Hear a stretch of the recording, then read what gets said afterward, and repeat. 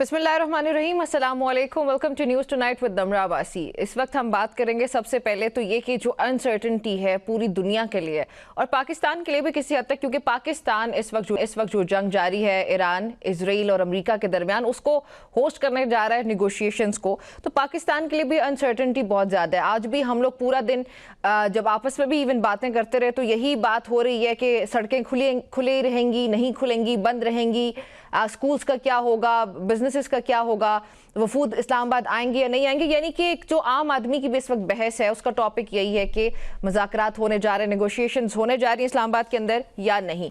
ये बात मैं इसलिए कह रही हूँ कि अनसर्टेनिटी बहुत ज़्यादा है। अगर मैं बात करूँ तो इसमें अमेरिकन प्रेसिडेंट डोनाल्ड ट्रंप के सख्त और जारहाना बयानात हैं। फिर ईरान की जानिब से जो दबाव में मुज़ाकरात से दो टोक इनकार, वो आज भी ईरानी हुकाम ने वाजे कर दिया कि हम तब तक मुज़ाकरात नहीं कर सकते जब तक हम पे ये प्रेशर टैक्टिक्स अप्लाई नहीं की जाएंगी। तो बज़ाहिर मैं ये कह रही हूँ कि ईरान की तरफ से दो टोक इनकार किया जा रहा है, वो कल भी हमने देखा था।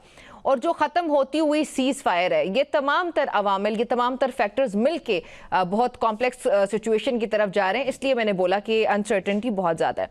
ईरान वाज़े तौर पे कह चुके हैं कि वो धमकियों और दबाव के माहौल में किसी भी किस्म की बातचीत के लिए तैयार नहीं है, जबकि अमेरिका और इजराइल अपनी शराइत मनवाने के लिए मुसलसल दबाव बढ़ाते हुए भी नज़र आ रहे हैं। डोनाल्ड ट्रंप ने जब आज भी बात की टीवी चैनल से, तो उन्होंने कहा कि ईरान को कॉन्सिक्वेंसेस बेयर करने पड़ सकते हैं अगर वो तैयार नहीं होते। जो हम लोग उनको डील ऑफर कर रहे हैं बहुत वैलिड डील है, उनको ले लेनी चाहिए। बहरहाल ये तमाम तर टॉपिक्स हैं जहां पे हमें दोनों ही फरीकैन एक दूसरे पे प्रेशर बिल्ड अप करते नजर आ रहे हैं। दूसरी तरफ स्ट्रेट ऑफ हॉर्मुज़ की बात है, उसकी बंदिश ने ना सिर्फ जो रीजन है बल्कि पूरी जो ग्लोबल इकॉनमी है उसको बहुत बड़ी हद तक मुतासर कर रखा है। तेल की कीमतों में तेज़ी से इजाफा हो रहा है, आलमी मंडियां गैर यकीनी का शिकार हैं और तवानाई का बहरान एक बार फिर से सर उठाता हमें दिखाई देता है। ऐसे में जो सबसे बड़ी अटेंशन का मरकज़ है वो इस्लामाबाद ही है। तमाम तर नज़रें इस्लामाबाद पे मरकूज़ है, जहाँ पे अमेरिका और ईरान के दरमियान मुमकिना मुज़ाकरात का अगला दौर मुतवक्की है। हम ये प्रोडिक्ट कर रहे हैं या एंटिसिपेट कर रहे हैं कि अगले 1-2 दिन के अंदर बहुत बड़ी हैपनिंग्स हो सकती हैं इस्लामाबाद के अंदर, लेकिन अभी तक ये वाज़े नहीं हुआ कि ये मुज़ाकरात हकीकत में हो रहे हैं या नहीं। लेकिन अगेन एज आई सेड कि हम एंटिसिपेट कर रहे हैं कुछ ना कुछ बड़ी हैपनिंग होने जा रही है। और सवाल यहाँ पे ये कि क्या ईरान अपने मौक़िफ़ में नरमी लाएगा या अमेरिका की जो सख्त पॉलिसी है वो बरकरार रखी जाएगी? क्या डिप्लोमेसी इस बहरान को ख़त्म करने में कामयाब होगी या हालात एक नई और ज़्यादा खुदा न ख्वास्ता ख़तरनाक जंग की तरफ बढ़ सकते हैं? और इस तमाम सूरत-ए-हाल में आलमी ताकतें, खलीजी ममालिक और फिर पाकिस्तान जो अपना रोल पहले से अदा कर रहा है उसको किस तरह से लेके आगे बढ़ेगा? और इन तमाम तर मामलात पे बात करने के लिए मुझे ज्वाइन कर रहे हैं आसिफ अली भट्टी साहब। आसिफ साहब, thank you very much for joining me on the show.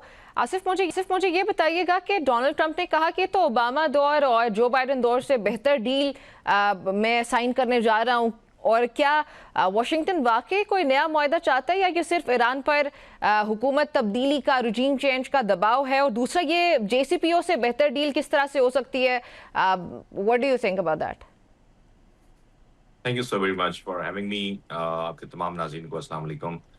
देखिए, इस जंग को अभी तवालत हुए तकरीबन 2 महीने होने को हैं और 28 फरवरी को जो जंग शुरू हुई थी, ईरान पर हमला किया गया था, उसमें ये इम्कान ज़ाहिर किया जा रहा था कि 3 दिनों में फ़तह हासिल हो जाएगी और 3 मार्च को फ़तह का जो है वो ऐलान झंडा किया लहरा जाएगा। दिया, ऐलान कर दिया जाएगा। लेकिन सारी सूरत हाल देखें, हॉर्मज़ के हवाले से और ईरान का रिएक्शन, जिस तरह से रिएक्ट किया है ईरान ने, इसने यकसर बदल के रख दिया है। और अमेरिकन स्ट्रैटेजिस्ट जो हैं वो तमाम हैरान है इस बात पे कि किस तरह से ईरान की तरफ से रद्द-ए-अमल आया है, जिसको अंडर एस्टिमेट किया गया या उसको सही तरीके से रीड नहीं किया गया था। सदर ट्रम्प चूंकि बहुत तबीयत के डिफरेंट आदमी हैं, वो एक नॉन पॉलिटिकल फिगर रहे हैं और साथ ही साथ वो एक गैर रवायती सियासतदान और प्रेसिडेंट के तौर पर एक्शंस कर रहे हैं। उन्होंने जितने अच्छा। भी अब तक इक़दामात किए उसके बारे में उनके जो ख़यालात हैं वो आप देखते होंगे कि एक लम्हे में वो एक डिफरेंट बात करते हैं और अगले ही लम्हे उनकी बात मुख्तलिफ होती है। इस सूरत हाल में भी जो अभी मौजूदा क्राइसिस चल रहा है और पूरी दुनिया इसकी लपेट में आ चुकी है, अब अमेरिकन प्रेसिडेंट चाहते हैं कि वो किसी न किसी तरीके से नेगोशिएशंस में कामयाब हों और इस मसले से बाहर निकल आएँ, इस बड़े क्राइसिस से बाहर निकल आएँ। लेकिन उन्हें रास्ता सुझाई इसलिए नहीं दे रहा कि वो स्टिक एंड कैरेट वाला और जिस तरह से वो सख्ती वाली ज़ुबान इस्तेमाल करते हैं, वो उस तरह से चाहते हैं कि वो ईरान को दबाव में लाकर अपने मकासद हासिल कर लें और उनकी बात को मान लिया जाए, जैसे पूरी दुनिया उनकी बात को मानती है, सपोज टू बी, जैसे अमेरिकन का ये ख्याल है या अमेरिकन प्रेसिडेंट का ख्याल है। लेकिन अब तक जो ईरान की तरफ से रद्द-ए-अमल आया है, वो है टिट फॉर टैट वाला, कि जैसे तुम करोगे मैं भी वैसे ही रिएक्ट करूँगा। और चूँकि हुर्मुज़ की जो अहम तरीन आप कह लें कि शारग है यहाँ से वर्ल्ड पूरी इकोनॉमी दुनिया की। से जो ऑयल जी इकोनॉमी की, ऑयल सप्लाईज़ की, दीगर different goods of the life, वो तमाम चीज़ें जो है वहाँ से गुज़रती हैं। या 20% तो सिर्फ 30% तो आपको पता है कि ऑयल और जो गैस है वहाँ से वो गुज़रती है, उसकी बुनियादी जो सप्लाई लाइन है वो वहाँ से होके गुज़रती है। लेकिन इसके साथ-साथ हम अंडर एस्टिमेट कर रहे हैं कि जो दुनिया भर में फूड सप्लाई है, वो भी वहीं से गुज़रती है। वो तकरीबन 30 से 40% है। तो अब इस सारी सूरत-ए-हाल के अंदर पूरी दुनिया जब क्राइसिस का शिकार हुई है, तो बहुत ज़्यादा अंडर प्रेशर हैं प्रेज़िडेंट यूनाइटेड स्टेट्स सदर ट्रम्प। और उनके ऊपर ना सिर्फ़ अवामी सतह पर दबाव बढ़ रहा है, चूँकि यहाँ पर महँगाई की सूरत-ए-हाल काफ़ी ज़्यादा हो चुकी है। यहाँ पर गैस की प्राइसेज़ भी बढ़ी हैं, जिनको तेल कहा जाता है या पेट्रोल कहा जाता है या डीज़ल कहा जाता है। और साथ ही साथ उसकी वजह से जो आम अशियाई ज़रूरत हैं रोज़मर्रा की ज़िंदगी की, वो तमाम चीज़ें भी प्राइस उनकी बढ़ गई है। तो अवाम का प्रेशर है, पॉलिटिकल बहुत ज़्यादा प्रेशर है, अपोज़िशन का प्रेशर है, उनकी अपनी जमात का प्रेशर है उनके ऊपर इस वक़्त, क्योंकि वो इलेक्शन में जा रहे हैं इस साल, हुँ। नवंबर में यहाँ पर मिड टर्म इलेक्शन होने हैं। तो इस सारे क्राइसिस को लेकर के आपने जो सवाल पूछा, कि बुनियादी तौर पे सदर ट्रम्प चाहते हैं कि वो डील करें, डील हो जाए किसी तरीके से, लेकिन वो अब कैसे हो, वो अपने ही अमाल से उनकी नज़र आता है, क्योंकि वो कभी हरमुज़ को खुलवाने पर खुश होते हैं, खोलने पर खुश होते हैं, ईरान की तरफ से गुड जेस्चर को कहते हैं कि बहुत ज़बरदस्त, पाकिस्तान को वेल डन कहते हैं, थैंक यू कहते हैं, और अगले ही लम्हे हरमुज़ के दोबारा से उसको ब्लॉकेट करते हैं उसका, और साथ ही में उनके इरानियन वेसल को कब्ज़े में ले लेते हैं। तो ज़ाहिर है ईरान का जो मिसट्रस्ट है इस वक़्त, वो बहुत ज़्यादा है अमेरिका के ऊपर, क्योंकि पहले भी जो अटैक हुआ है ईरान पे 28 फरवरी को, वो नेगोशिएशंस में थे। वो एटॉमिक जो इश्यू है ईरान का, उसके ऊपर नेगोशिएशंस चल रही थी।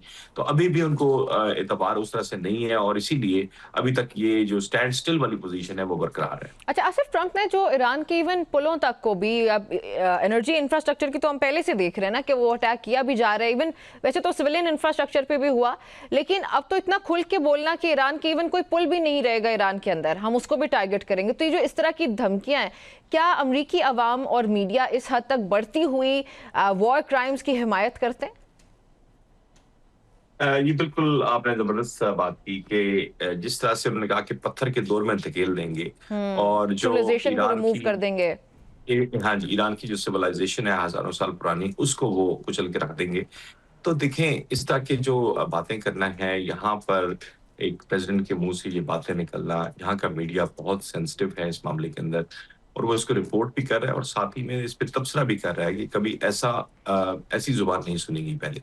और इसके साथ-साथ अवामी रद्द-ए-अमल जो है, मैंने जैसे ज़िक्र किया कि उसकी भी दो वजूहात हैं। एक तो पॉलिटिकल अनार्की लाइक सिचुएशन है कि समझ नहीं आ रही कि ये हुकूमत कैसे चलाई जा रही है। लोग थोड़े से चूँकि ज़ाहिर है उनको बहुत ज़्यादा वोट पड़े, मैंने वो इलेक्शन भी यहाँ पे कवर किया अमेरिका के अंदर, और हमें अंदाज़ा था कि लोगों ने उनको एक खामोश सिपाही, यानी आप कह लें कि जो इस वक़्त पॉलिटिकल सिनेरियो पे बहुत सारे लोग थे, उनमें से इनको चुना कि शायद ये बहुत ज़्यादा अमन पसंद हैं, ये बहुत ज़्यादा इस्लाह पसंद हैं, ये बहुत ज़्यादा प्रोग्रेसिव हैं, और शायद ये इकोनॉमी के साथ-साथ पूरी दुनिया में अमन लाने का जो दावा कर रहे हैं, शायद ये वो काम करेंगे। लेकिन शायद लोग उनके पिछले 4 साल को भूल गए थे, 2016 से 20 का।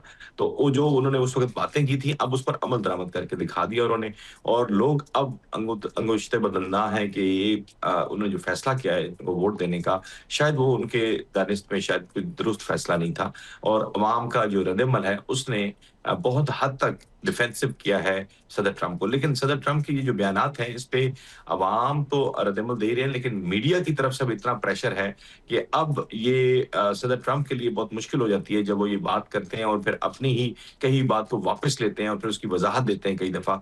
तो शायद ईरान के हवाले से जो उन्होंने बातें कही हैं, उनको डाइजेस्ट करना तो मुश्किल है यहाँ पे, हम्म। मतलब मीडिया के लिए और सियासतदानों के लिए।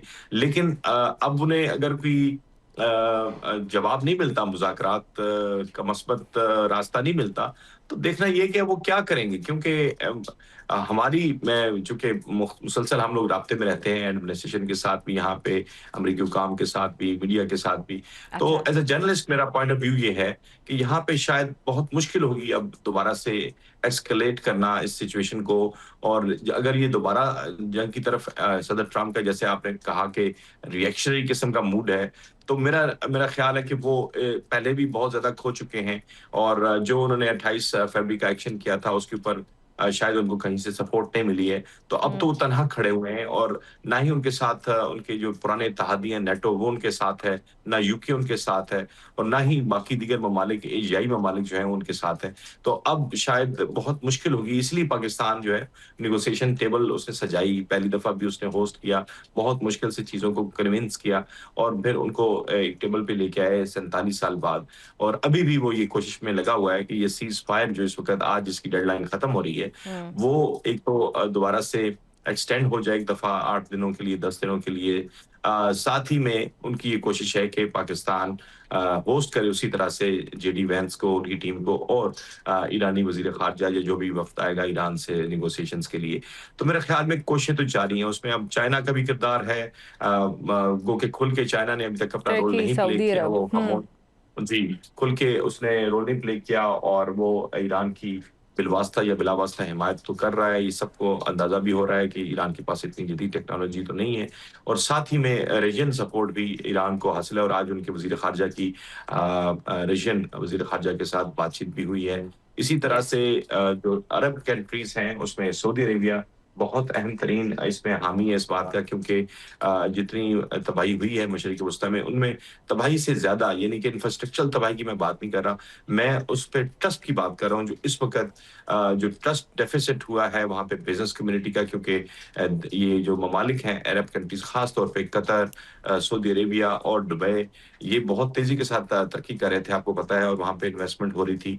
लेकिन अब जो कॉन्फिडेंस है वो बहुत शेक हुआ है इन्वेस्टर्स का, और वहाँ से पैसा बहुत ज़्यादा निकल गया है। तो ये एक अलार्मिंग सिचुएशन है अरब कंट्रीज़ के लिए भी, और उनकी तेल की पैदावार भी मुतासर हुई है।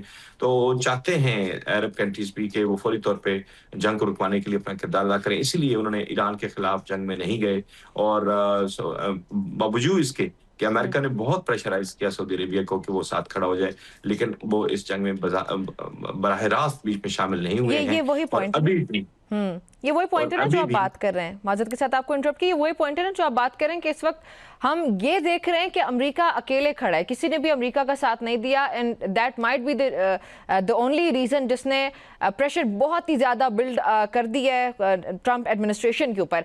अब मैं इस पे ये भी इसको इसी तरह से कनेक्ट करने की कोशिश करूँगी कि ये जेसीपीओ से निकलने के बाद या उससे पहले भी IAEA की तरफ से बार-बार बताया जा रहा है कि जो NPT के मुताबिक ही एनरिच किया जा रहा है यूरेनियम को ईरान की तरफ से। इवन तुलसी गब्बार जैसी शख्सियत ये बता रही हैं कि भाई ईरान ने जो है वो एटम बम तैयार नहीं किया, लेकिन उसके बावजूद अब जो बोन ऑफ कंटेंशन हमें नजर आ रही है वो जीरो यूरेनियम एनरिचमेंट है, और जो एनरिच यूरेनियम है उसकी ट्रांसफर है।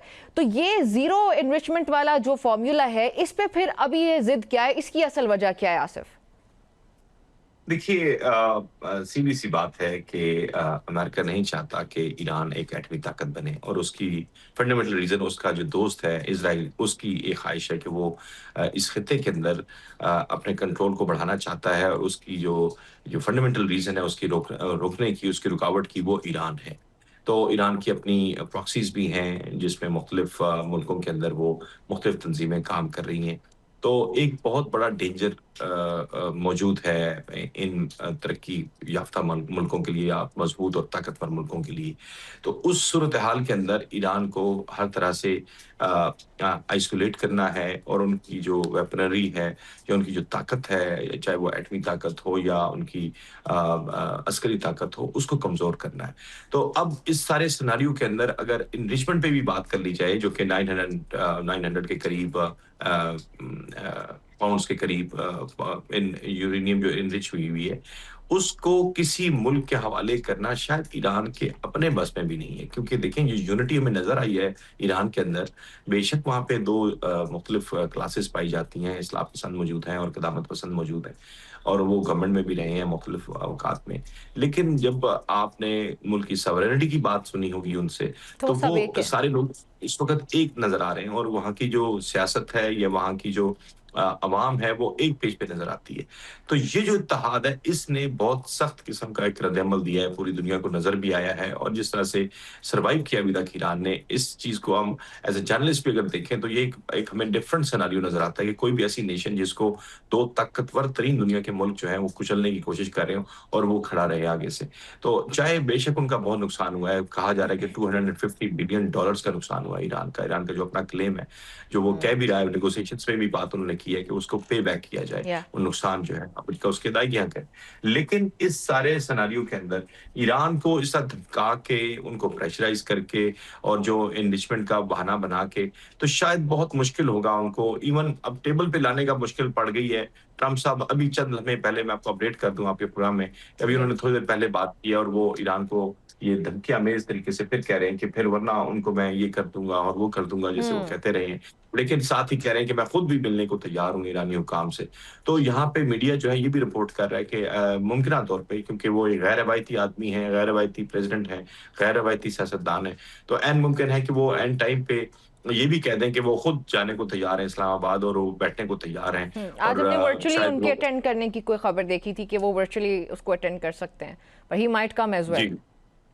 जी, तो ज़ाहिर है जो साइन करने हैं एक बहुत बड़ा मुआहदा है, और इसके जो दूसरा पर्सपेक्टिव है, जो कि मैं हमेशा दूसरे प्रोग्राम्स में भी कहता हूँ, कि इसके लिए ईरान गारंटर्स चाहता है।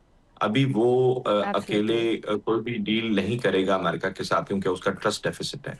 तो हुँ, अब इस सारी सूरत-ए-हाल में उसको एक तो अरब कंट्रीज़ ने यकीन दहानी कराई जब पाकिस्तान के प्राइम मिनिस्टर सऊदी अरेबिया गए थे, और साथ ही में कतरी जो रहनुमा हैं उनसे बातें हुई हैं उनकी, साथ में दुबई के फरमानरवा से भी बात हुई होगी। साथ ही में टर्किया के जो प्रेज़िडेंट हैं उनसे बात हुई है। इसमें इजिप्ट भी शामिल है। इस तरह से जो चीन का और जो रशिया का किरदार है वो बहुत अहम है।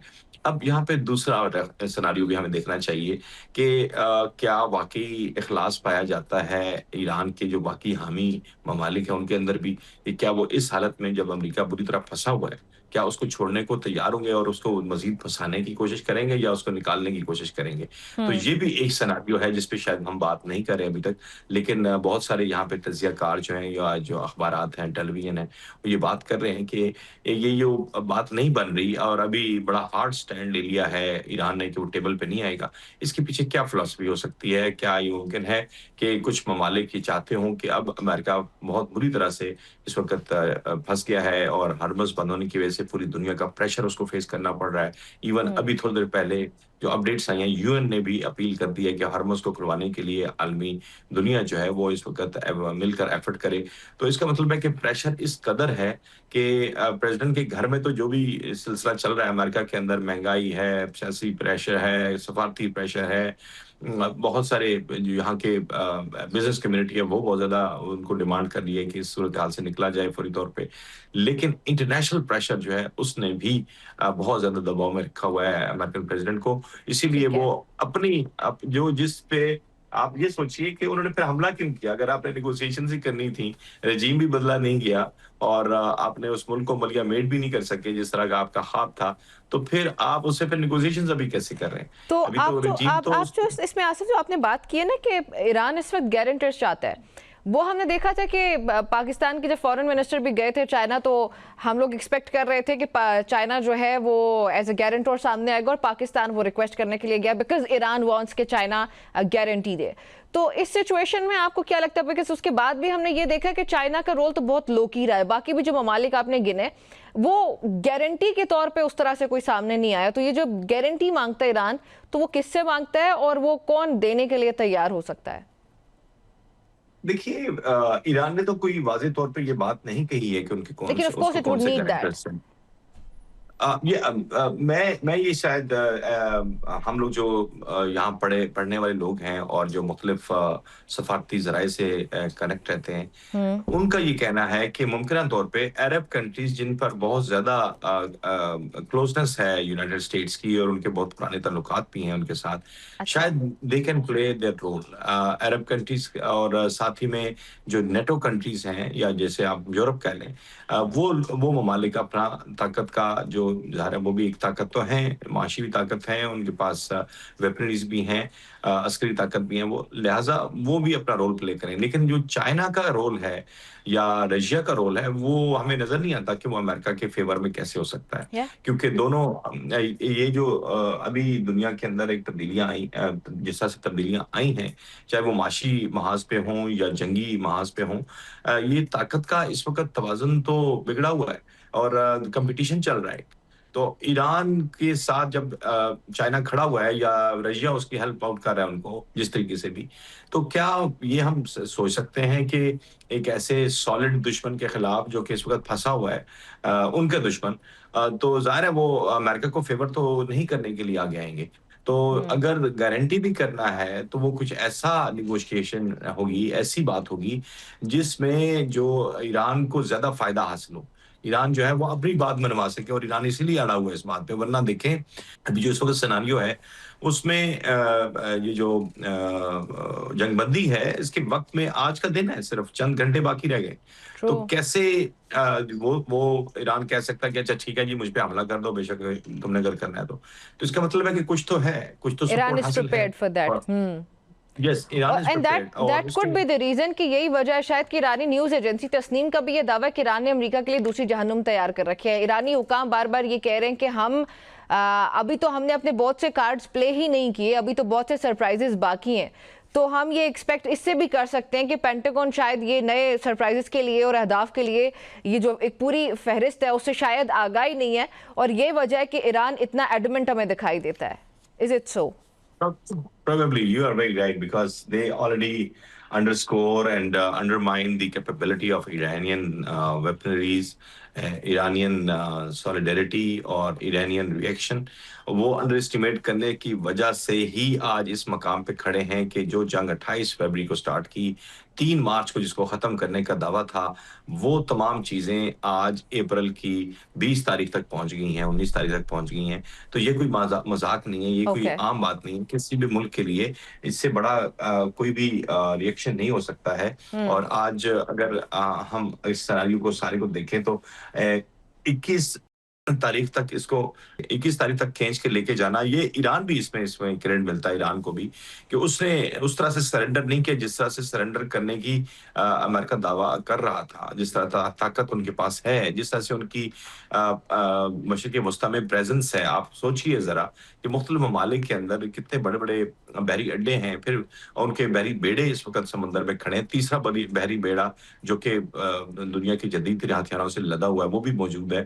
ठीक। फिर ये भी यहाँ पे कहा जा रहा था जब last time stand still situation थी और डेट खत्म हो रही थी सदर ट्रम्प की दी हुई 7 दिनों की जंगबंदी की, तो उस वक्त भी ये इस तरह की शुनीद थी और इस तरह के बहुत ज्यादा बातें चल रही थी कि शायद कोई सख्त किस्म का कोई बॉम्बिंग वाली सूरत हाल जो कि हिरोशिमा जैसी सूरत हाल वहां पे पैदा की जाए, टैक्टिकल वेपन्स यूज किए जाएं।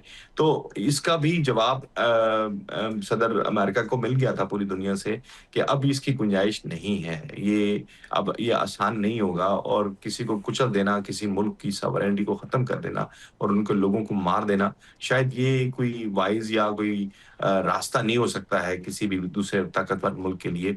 लिहाजा अब दुनिया की जो नजरें हैं वो ईरान के ऊपर हैं कि वो किस तरह से रद्द-ए-अमल अपना देता है।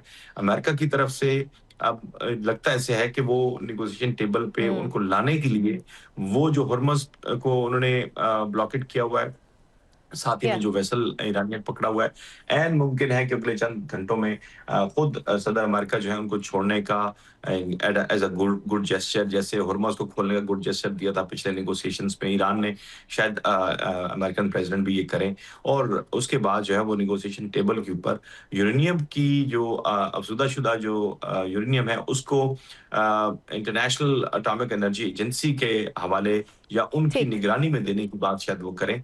किसी मुल्क के हवाले करना, वो चाइना हो, रशिया हो या कोई भी दूसरा मुल्क हो, शायद उसके लिए इतना आसान नहीं होगा कि वो उस तरह से रद्द-ए-अमल दें कि ठीक है जी, ईरान से वो सारी चीज़ें जो हैं वो उस पर कब्ज़ा कर लिया जाए, उनको छीन लिया जाए।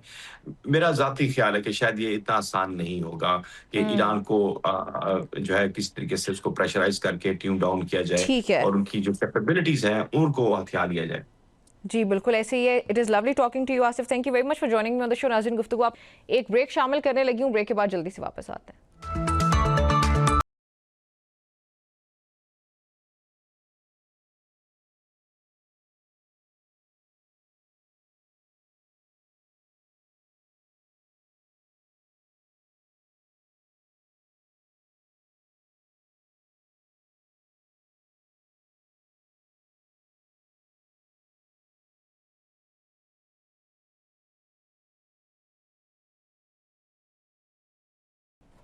जी, welcome back to news tonight with Namra Abbasi. Programme के इस हिस्से में मुझे ज्वाइन करें ब्रिगेडियर रिटायर्ड बाबर अलाउद्दीन साहब। ब्रिगेडियर साहब, बहुत शुक्रिया आपका मुझे प्रोग्राम में ज्वाइन करने के लिए। सबसे पहला सवाल ज़रा सादा सा है, मुज़ाकरात हो रहे हैं सर या नहीं हो रहे? सेकंड राउंड में क्या होने जा रहे हैं? कब जो है वो वफूद एक्सपेक्ट कर रहे हैं हम, अमरीका की तरफ से, ईरान की तरफ से, क्या होने जा रहा है?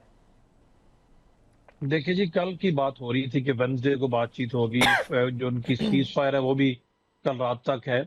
आल्दो अभी तक ईरान की तरफ से कंफर्मेशन तो नहीं आई कि वो आ रहे हैं या नहीं आ रहे, लेकिन चूंकि उन्होंने ये भी नहीं कहा कि वो नहीं आ रहे अभी तक, उनकी तरफ से एक स्टेटमेंट यही आई थी कि हम अभी फैसला कर रहे हैं। हम्म। उम्मीद की जानी चाहिए आज रात को वो आएंगे, क्योंकि जो डेवलपमेंट्स हैं, जो इस्लामाबाद में एपरेंट काम है, वहां पर कोई पैनिक नहीं है, तो इससे इंडिकेशन यही है कि ये मुज़ाकरात इंशाल्लाह कल होंगे। और अमेरिका ने भी अभी तक ये नहीं कहा कि उनका डेलीगेशन नहीं आ रहा। अमेरिकन डेलीगेशन ने अगर टेक ऑफ करना है तो भी अभी इन्हीं लम्हात में उन्होंने करना है, बिकॉज वहां से 12 घंटे का डिस्टेंस तो है जो उन्होंने तय करना है। तो अगर वो टेक ऑफ कर जाएंगे तो बता भी देंगे, लेकिन बहुत सारी रीजन होती हैं। आपको याद होगा लास्ट टाइम भी ईरानियंस का काफी लेट पता चला, कुछ सिक्योरिटी रीजन भी होती हैं। उम्मीद की जानी चाहिए कि मुज़ाकरात का नेक्स्ट दौर होगा। हमारी कोशिश तो ये है, हमारी लीडरशिप बड़ी एक्टिवली एंगेज्ड है, आल्दो थोड़ा सा स्टेलमेंट है। ईरान की तरफ से कुछ इतराजात हैं बेसिकली अमेरिकन प्रेसिडेंट की स्टेटमेंट्स के ऊपर।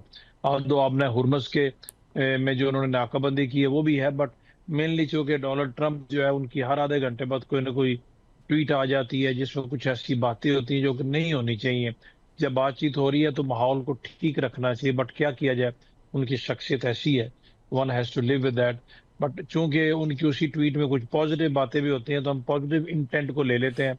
फिलहाल ऑप्टिमिस्टिक रहते हुए उम्मीद करते हैं कि रात को, चाहे वो लेट नाइट आए अर्ली मॉर्निंग आए, ये वफूद आएंगे और कल इंशाल्लाह बातचीत का दौर होगा। वो के बाद हम उनको ये बताने की कोशिश ईरानियंस को भी कर रहे हैं कि अगर आपके कोई तहफुजात हैं, शिकायत हैं किसी भी नेचर की, तो बैठेंगे तो कन्वे होंगे। हम्म। बातचीत से शिरकत ना करना या बातचीत का बाइकाट करना, उससे तो मसाइल कभी तो हल सर नहीं वैसे होते, जो फिर मसाइल उससे ईरान इतने सख्त किस्म की मल्टीप्लाई। स्टेटमेंट्स दे रहे और बता रहे, कह रहे कि हम तो मुज़ाकरात के लिए तैयार नहीं है, हम मुज़ाकरात के लिए नहीं आएंगे। आज की भी अगर मैं बात करूं, दे सेट के प्रेशर जब तक होगा हम पे, हम इस तरह प्रेशर के शेडो में होते हुए नहीं करेंगे मुज़ाकरात। तो ये मिक्स्ड मैसेजिंग जो हो रही है, ये क्यों हो रही है दोनों फरीकैन की तरफ से? वैसे तो ईरान खास तौर पर इससे क्या चाहता है, उसका क्या मकसद होगा? मिक्स मैसेजिंग होती है बेसिकली अपने होम ऑडियंस को बताने के लिए भी, एक माहौल क्रिएट करने के लिए भी, कि अपने ऑडियंस को बताया जाए कि जी हम प्रेशर नहीं लेते और हम आवाम की जो ख्वाहिशात है उसके मुताबिक, नेशनल इंटरेस्ट के मुताबिक हम काम करेंगे, सो दैट वो उनको साथ रखना भी जरूरी होता है ना जी। और वो एक माहौल आपने क्रिएट करना होता है। कुछ स्टेटमेंट्स ऐसी होती हैं जो गैलरीज के लिए होती हैं, कुछ उसके अलावा जो सीरियसनेस होती है या सीरियस बातें होती हैं टाइम, तो बिहाइंड दी कर्टन जब बैक चैनल से बैक एंड पे हो रही होती है। तो मैं तो बेसिकली मुस्बत सोच में रहते हुए ये बात कर रहा हूँ कि मुज़ाकरात उम्मीद है कल इंशाल्लाह होंगे, क्योंकि मुज़ाकरात अगर इंशाल्लाह। नहीं होते तो उससे तो फिर मामला आगे नहीं बढ़ेंगे। नुकसान तो दोनों का है, डेफिनेटली अमेरिका का भी है, ईरान का भी है। हम उनको यही बताने की कोशिश कर रहे हैं कि जब तक आपका माहौल इस तरीके से नहीं होगा, उस वक्त तक आप बातचीत, जब जब तक वह बात नहीं करेंगे तो मामला हल कैसे होंगे। ईरान के कुछ कंसर्न जेन्युइन है, मैं सपोर्ट करता हूँ उन कंसर्न्स को, बट वो भी कंसर्न जब टेबल पे बैठेंगे तो कन्वे करेंगे ना। अगर मुज़ाकरा से दूर रहते हैं तो फिर तो प्रॉब्लम्स बढ़ेंगी, फिर तो कशीदगी बढ़ेगी। और कल रात को अगर डेड, जैसे पाकिस्तान ने फॉर्मली उनसे कोई खबरें आ रही हैं, कोई रिक्वेस्ट भी की है कि आप सीज फायर को एक्सटेंड कर दें। सीज फायर का एक्सटेंड होना जरूरी है, क्योंकि सीज फायर जब एक्सटेंड नहीं होगी तो फिर अदरवाइज उसके ऑप्टिक्स डिफरेंट हो जाते हैं, उसका मैसेज डिफरेंट हो जाता है दुनिया को। उम्मीद की जानी चाहिए। मुश्किलात देखिए आती रहती हैं, बड़ा पेचीदा मसला है, बड़ा पुराना तनाज़ा है। ट्रू। इस तरह के पुराने तनाज़ात में इस तरह की मुश्किलात तो आती हैं। जी। हर चीज़ स्मूथ नहीं होती, हर चीज़ आपकी ख्वाहिशात के मुताबिक नहीं होती। तो ब्रिगेडियर साहब, अगर ईरान ने वाकई अमेरिका और इसराइल के लिए कोई बड़ा सरप्राइज तैयार रखा है, चूंकि ईरान ये बार बार कह रहा है कि हमारे असल कार्ड्स तो हमने अभी प्ले नहीं किया है, तो क्या ये जंग सिर्फ ईरान तक महदूद रहती है? अगर ईरान कोई सरप्राइज वाकई कर देता है दुनिया को, वॉशिंगटन को, तो उसके लिए ये जो जंग है वो फिर सिर्फ ईरान तक महदूद रहेगी या फिर पूरे खित्ते को अपनी लपेट में लेगी, जैसे पहले ये जंग जो वो ले चुकी है? देखिए, ये जंग अगर बढ़ती है, दोबारा से शुरू होती है अनफॉर्चुनेट, तो उसके बढ़ने के चांसेस तो डेफिनेटली होते हैं। अब ईरान के पास क्या सरप्राइज है, वो क्या उन्होंने सरप्राइज 40 डेज में नहीं, अब क्या देंगे? कुछ बातें ऐसी होती हैं, ये प्रेशर टैक्टिक्स भी होते हैं। अमेरिका ईरान से बहुत दूर है, अमेरिकन टारगेट्स को डायरेक्टली एंगेज करना उनके लिए कैसे पॉसिबल होगा? उनके जो खलीज में बेसिस है, अगर उसको एंगेज करते हैं, उससे जंग बढ़ने का खदशा होता है। खलीजी ममालिक उसमें शामिल हो सकते हैं।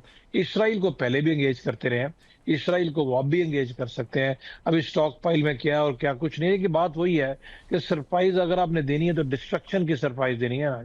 अगर आप करेंगे तो अमेरिकन भी करेंगे। अमेरिकन के लिए करना आसान है, क्योंकि उनके पास टेक्नोलॉजी है, एयर पावर है। ईरान के पास उनको काउंटर करने के लिए जमीन पे डिफेंस सिस्टम या नेवी या एयरफोर्स नहीं है। ईरान के पास आ जाके सिर्फ मिसाइल भी हैं।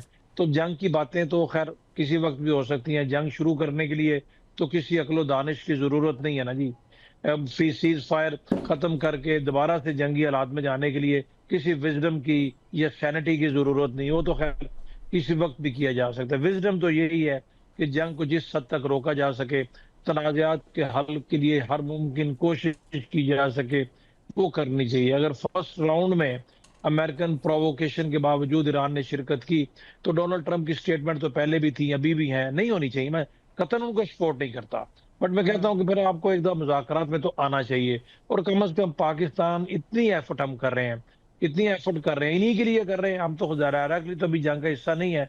जी। इन्हीं के लिए जब हम कर रहे हैं, तो पाकिस्तान की बात को मानते हुए ईरान को स्पेशली कोई तो दुनिया में ऐसा हो जो आपका हमदर्द रह जाए। जी हाँ। अदरवाइज तो फिर प्रॉब्लम्स ही बढ़ेंगी ना, ये से मामला हल तो नहीं होता। एटलीस्ट पाकिस्तान के आर्मी चीफ ने जो 3 दिन आपके मुल्क में गुजारे हैं, 3 रातें गुजारी हैं, उन हम्म। लोगों को मिले हैं जो आपस में भी नहीं मिल सकते।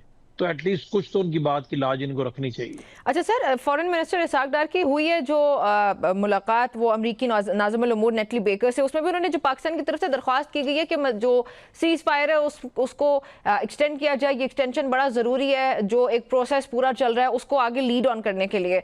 तो सर, पाकिस्तान की ये दरख्वास्त इस मोमेंट पे कितनी सिग्निफिकेंट है? बहुत सिग्निफिकेंट है। पहले भी हमारी दरख्वास्त पे 2 हफ्ते की सीज फायर हुई थी, हमारी दरख्वास्त पे दोनों वफूद इस्लामाबाद आए थे।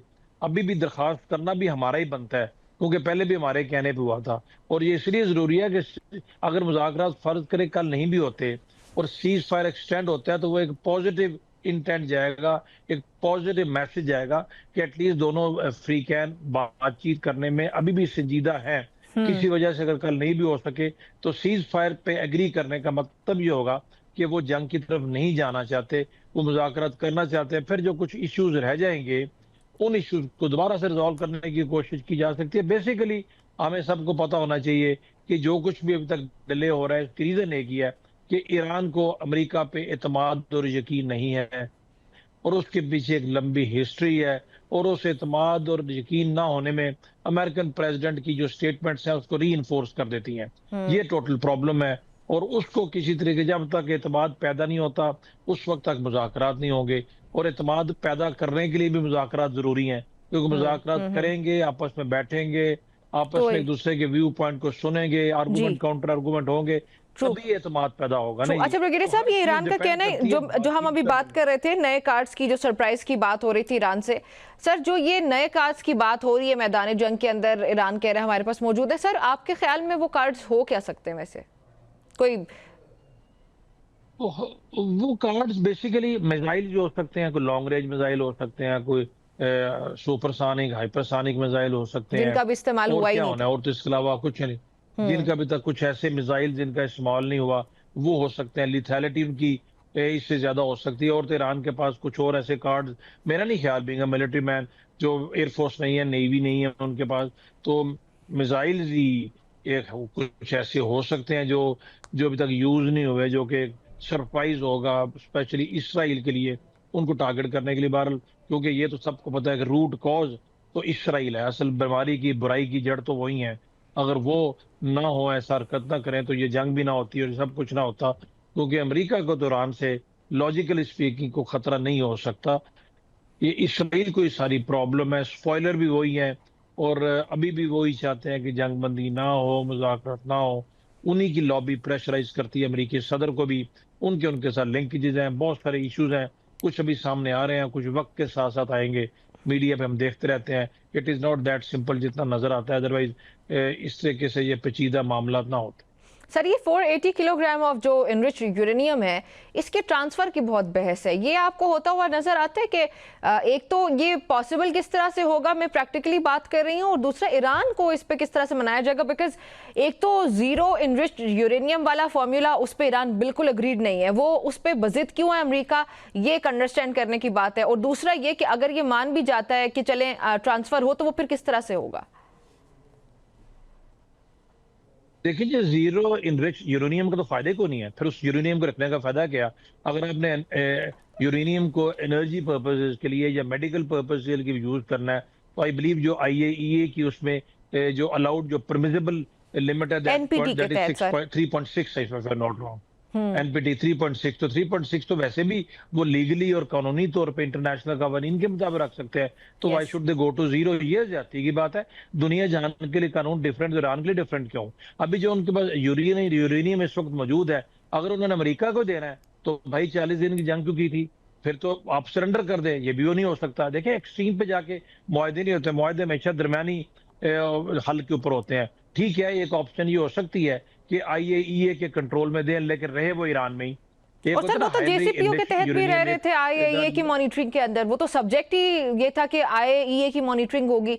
तो आईएईए ने बार बार बोला कि भाई वो तो जेसीपीओ के तहत कर ही नहीं रहे। एनरिच यूरेनियम जो है 60% तो बाद में जाके हुआ था, जब आप उस मुआहदे से बाहर निकल गए। जी सही हुआ था। और अगर अभी ठीक है, अब फॉर सम रीजन, और रीजन वही है, इसराइल को प्रॉब्लम है। अगर या फॉर सम एब्सोल्युटली। रीजन आप कहते हैं जी कि नहीं, हमें हमें उन पे यकीन नहीं है, तो एक और ऑप्शन जो गर्दिश कर रही है, किस हद तक उसकी ऑथेंटिसिटी है वो तो हम नहीं कह सकते कि किसी थर्ड कंट्री को। That country can be Pakistan, that country can be Russia और China, but definitely not America. America नहीं हो सकता। वो तो फिर बात ही खत्म हो जाएगी कि अमेरिका को ऐसी डिमांड करनी भी नहीं चाहिए। ईरान भी नहीं मान सकता। मैं बीइंग अ मीडिएटर, हम भी उनको यही कहेंगे कि हमेशा डिमांड वो मानी जाती है जो कि मिडिल वे हो, दोनों को एक्सेप्टेबल हो, ताकि एटलीस्ट दोनों के जो कंसर्न है किसी हद तक तो एड्रेस हो ना। ईरान को अगर हक है और वो हक आप नहीं देना चाहते फॉर सम रीजन, तो पहली बात तो ये है कि ये डिमांड करना ही गलत है। बट इस वक्त चूंकि अगर इशू बना हुआ है और उस इशू को वक्ती तौर पे रिजॉल्व करना चाहता है कि आगे आगे चीजें मूव हो, ईरान को एक्सेप्शन बनाना भी चाहते हैं, तो एक्सेप्शन बनाने के लिए भी तो कोई तरीकाकार होना चाहिए ना। ये तो कोई एक्सेप्शन नहीं है कि आप सारा ये हमें दे दें या उसको जो ना डिस्ट्रॉय कर दें। आपको जीरो का से ज्यादा आपको राइट नहीं, ये नहीं को मानने वाला। और ना ये माना जाना चाहिए, ना ये माना जा सकता है। दरमियानी रास्ता ही होगा। लेकिन बात वही है ना जी, अगर दरमियानी रास्ता भी हो, हर मसले का हल मौजूद होता है। कोई ऐसा मसला नहीं जिसका हल ना हो, बशर्ते कि हल करना चाहें, तो वो भी तो बातचीत से ही होगा। अब अभी हमारे आर्मी चीफ जब ईरान में गए थे, उनसे उन्होंने इन डिटेल बात की, तो कुछ उनका व्यू पॉइंट आया जो अमेरिकन से शेयर किया गया। बट एक्चुअली तो इन दोनों ने टेबल के ऊपर बैठ के इसको हल करना है। हम उनको डिक्टेट तो नहीं कर सकते। हम बीच में जहां पर मामला लॉकडाउन हो जाए, उधर जाके हम उनको दोबारा से, जैसे आप रेफलर्स को जब बिल्कुल वो इंटैंगल हो जाए तो रेफरी उनको पीछे करता है, उनको एक दूसरे से अलग करते हैं, हम तो वो काम कर रहे हैं, तो वो हम करते रहेंगे। लेकिन एक्चुअली अगर दोनों में डिजायर होगी, विल होगी, तभी होगा। अभी तक डिजायर एंड विल थी तो पूरा पहला राउंड हुआ था और उसमें ज्यादातर मामला जो है ना उन पे इत्तेफाक हो गया था। अभी एक दो इशू के ऊपर आके अगर पूरे मामले को आपने इस तरह हॉस्टेज कर देना, तो उससे तो पीस नहीं होता। दोनों को समझना चाहिए बट डेफिनेटली ज्यादा अमेरिका को समझने की जरूरत है कि वो माहौल को ठीक रखें, माहौल को खराब ना करें, इस तरह की स्टेटमेंट चल। अच्छा ब्रिगेडियर साहब, ईरान के पास जो इनरिच्ड यूरेनियम है वो 60%, वो रिपोर्ट हुआ 2024 एंड ऑल। सर, अस्करी तौर पर इसे वेपनरी बनाने के लिए 90% की जरूरत है। ये सवाल मुझे हमेशा खुद से इसका जरा जो है मुझे इसका जवाब चाहिए। सर, इसको अब ये पॉसिबल है ईरान के लिए कि वो 90% तक चला जाए और अपनी वेपनरी डेवलप कर सके? देखिए, उनको अमेरिका को खदशा तो यही है ना, अगर और ये कितना वक्त लग सकता है सर? और इसमें वक्त कितना लग सकता है? वक्त एग्जैक्टली तो कोई साइंटिस्ट ही बता सकेगा, बट 60 से 90% के ऊपर को बहुत ज्यादा टाइम नहीं लगता, क्योंकि लास्ट टाइम जब आईएई के साथ इनके मुज़ाकरा जो है ना वो हुए थे, तो उन्होंने रिपोर्ट भी किया था कि उस वक्त 3.6 था, 3.6 से अगर वो 60 के ऊपर आ गए हैं तो they have not taken much of time, but 90 के ऊपर भी उनकी कैपेबिलिटी तो है, जा तो हो सकते हैं, वो तो डेफिनेटली है, बट इस माहौल में शायद उनके लिए जाना मुश्किल हो जाए। और जब वो खुद कहते हैं कि हम जौहरी हथियार नहीं बनाना चाहते, तो देखिए उन पे यकीन भी तो करना चाहिए। अगर ईरान ने जौहरी हथियार बनाने होते, अब तक बना चुका होता, 47 ईयर्स हो गए हैं, सैंक्शन तो उनको कब की लगी हुई है, बट आई थिंक उनकी इस बात पे यकीन करना चाहिए। अभी अगर आप यकीन नहीं करेंगे और इस बुनियाद के ऊपर उनको आप बिल्कुल जीरो पे रखना चाहते हैं कि जी वहां पर उनकी इंटेंट जो है ना एंटी इजराइल है, रजीम ऐसा है, बकौल अमेरिका के वो एक्सट्रीमिस्ट है, religiously motivated, this is no way, इस तरीके से हो सकता है। कहीं पर आके आपको यकीन करना चाहिए। और बात वही जो आप और मैं कह रहे हैं कि अगर आईएईए है और उसकी स्ट्रिक्ट सर्वेलेंस है, तो भाई फिर अगर आईएईए ही आपको कह रही है, आईएईए में बंदे ईरान के तो नहीं है ना जी, अगर वही आपको कह रहे हैं तो आपको यकीन कर लेना चाहिए। जब तक 90% नहीं होता आप वो जौहरी हथियार नहीं बना सकते, तो 60% भी अगर उनके पास है, अगर आप उनको कहें जी इसको 60% को आप लॉक कर दें, आईए की सुपरविजन में रख दे, तो भाई उन्होंने क्या करना है। तो इशू बेसिकली ये वही जो मैंने आपको पहले कहा है, लैक ऑफ ट्रस्ट का है। अमेरिका को ईरान पे ट्रस्ट नहीं है, क्योंकि ईरान को अमेरिका पे ट्रस्ट नहीं, क्योंकि अमेरिका ने ईरान का 2 दफा ट्रस्ट बिट्रे किया ड्यूरिंग द नेगोशिएशन, उन्होंने उन पे हमला किया लास्ट ईयर जून में और अभी फरवरी में। ये बैकग्राउंड है और इसी को हम आगे हल करने की कोशिश कर रहे हैं। बहुत शुक्रिया ब्रिगेडियर साहब, मेरे पास वक्त खत्म हो गया। बहुत शुक्रिया आपका मुझे प्रोग्राम में ज्वाइन करने के लिए। आपने सुनी आज के प्रोग्राम से इतना ही, मुझे इजाजत दीजिए। अल्लाह हाफिज।